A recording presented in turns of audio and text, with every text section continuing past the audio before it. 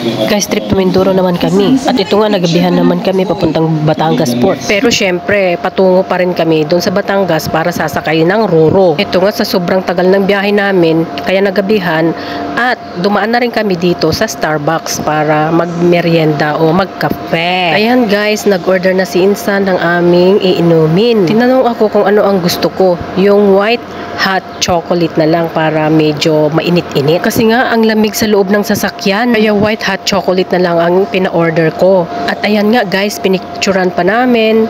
At bago iinumin, syempre, ako lang yung white hot chocolate ang in-order. Sa kanila, yung malamig. Kasi nga guys, may ubo ako eh. Huwag munang malamig. Yan, at nakahilira na ang 5 kape. Ang sarap talaga ng hot chocolate. Picture, video, syempre. Ang sarap pala ng mga inumin pala dito sa Starbucks. I mean, cafe or Jose's na cafe. Ayan, at ini-enjoy na namin yung sarap ng Starbucks na inumin. Basta kape yun guys. Kape na malamig. Malamig na may ice. Parang milk tea ang labas. At pagkatapos naming nagkape dyan, lumabas na kami at babalik na kami sa sasakyan. At ayan nga, babalik na kami sa sasakyan at itutuloy na namin ang aming travel. At talaga naman si Inday Badiday, talagang binidyohan pa talaga yung Starbucks. O ayan, dala-dala ko pa talaga yung chocolate guys. Mainit kasi, kaya di ko naubos. Kaya dinala ko na lang sa sasakyan para madaling lumamig. Napapaso yung dila ko. Ayun, at dyan na kami nag-travel naman ulit. At iyan na nga, nandyan na kami sa port ng Batangas. Ayan guys, nagtanong na kami dyan sa guard kung saan kukuha ng ticket. Alam nyo ba guys kung anong oras na dyan kami nakarating? 9:30. At syempre nakapasok na yung sasakyan at syempre mag-posing-posing na kami bago aakyat sa barko. Roro ang tawag niyan guys. Ayan sila Kasen, papicture muna sila bago aakyat. Syempre si Insan andun din, si Insan Ruli at saka niyang si Joshua. Sa tinagal-tagal ba namang panahon guys na ngayon lang ako makasakay na naman ulit ng barko. Siguro ang edad ko nun guys nasa 20s. Ngayon 50s na tayo guys. Ayan, akyat na kami doon sa barko. Paakyat na kami. Night trip pa talaga no? Hindi mo makikita ang view sa dagat kapag gabi. Ayan, at paakyat-akyat ang daanan. Pagkatapos yan, akyat na naman ulit. Mga 3 palapag yan guys. At ayan guys, i-check na yung mga ticket namin. Then go lang kami sa paglalakad papunta sa taas. Pataas ng pataas. At andito na nga kami dito sa mga tulugan ng mga tao, ng pasahero. At yan na nga ang makikita mo kapag nasa taas ka na, yung mga sasakyan na ang dami. Siguro isasakay din yan sa Roro, pero pang international naman siguro yung barko kasi pumasok din kami dyan guys para umupo kasi aircon nga, malamig. At ayan, nauna ngang natulog si Kuya Jerry na hinahanap namin. Andyan pala, tulog na tulog. Hindi siya tuloy nakakain ng bulalo. Dumating na nga kami guys dito sa aming accommodation dito sa Mindoro. Alam nyo ba kung anong oras? 3 AM na kami nakarating dyan guys. Ayan, at nag-unpack na kami ng aming mga gamit. At syempre ready nang matutulog. Ayan, at nauna na naman nakatulog si Kuya Jerry. Nakakapagod talaga guys kasi ang haba ng aming biyahe. Good morning! Oh, good morning na pala at umaga na. Ayan, at ready na naman kaming magta-travel ulit. Pero bago yan, binidyohan ko pa ang paligid guys kasi ang ganda ng paligid kasi dito. Ang daming mga tanim. Gagandahan kasi ako ng mga orchids at saka yan mga tanim nila guys. Oh, may mga ribulto pa yan. Oh, ang ganda ng garden. At ang ganda ng pagka-landscape nila. Oh, ang ganda talaga guys. Bulubundukin yung paligid nila dyan. Kaya ang ganda ng view ng paligid nitong Travels Inn. Isang hotel na itong nadaanan namin guys. Diretso na nga sana kami dun sa Bulalakaw kagabi kaso ito lang ang nakita naming hotel na nadaanan namin kaya bumalik talaga kami guys. Kasi di na kaya. Kasi malayo pa talaga mula dito dyan sa Travels Inn to Bulalakaw guys. Sobrang malayo pa talaga. Yan ang kapaligiran dito sa Travels Inn. Maganda siya. Maraming mga bundok na nakapaligid.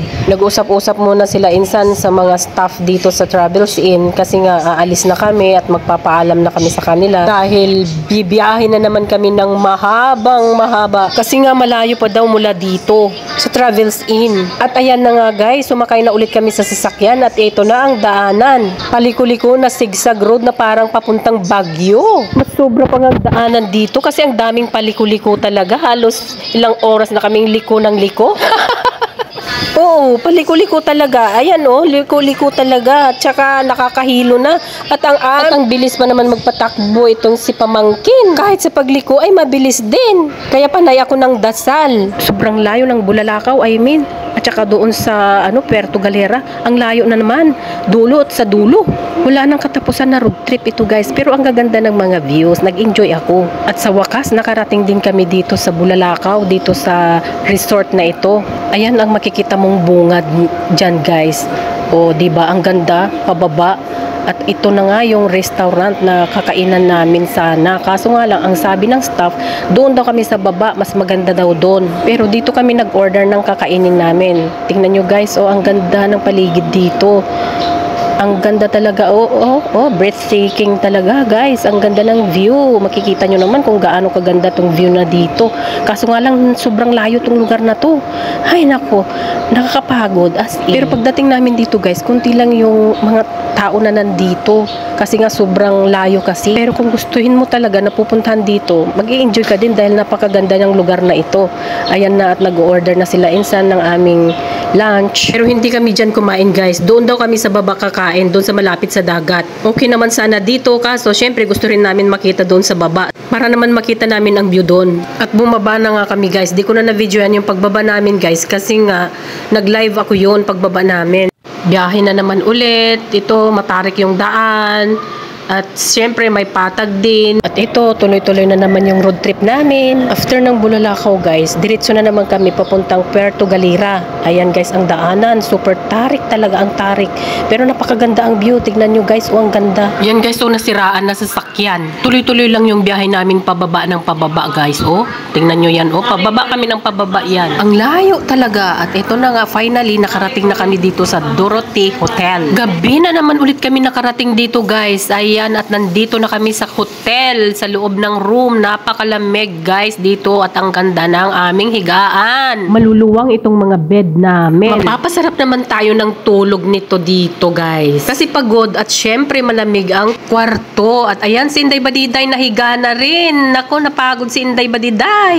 Inday, matutulog ka na ba? Ayan nga, at natulog na kami at kinabukasan, eto ulit kami sa dagat guys. Dito na kami sa dagat. Ayan na si Insan at saka si Joshua, nagdo-drone na sila. At syempre si Inday Badiday sumasayaw na. Syempre pasayaw-sayaw na yan at gagawin niyang content niya. Oo guys, gagawin kong sa reels ko yan na funny dance. Dahil yan ang trending ngayon. At syempre sunod din tayo sa trending. At pagkatapos kaming naligo, dumiretso na kami sa Dorothy Hotel at magpapaalam na at kami aalis na. Pupunta na kami doon sa port ng Puerto Galera. At babalik na sa Maynila syempre. Sasakay na naman kami ulit sa Ruro. Bye-bye na Puerto Galera. Maraming salamat sa panonood. Follow for more. Bye!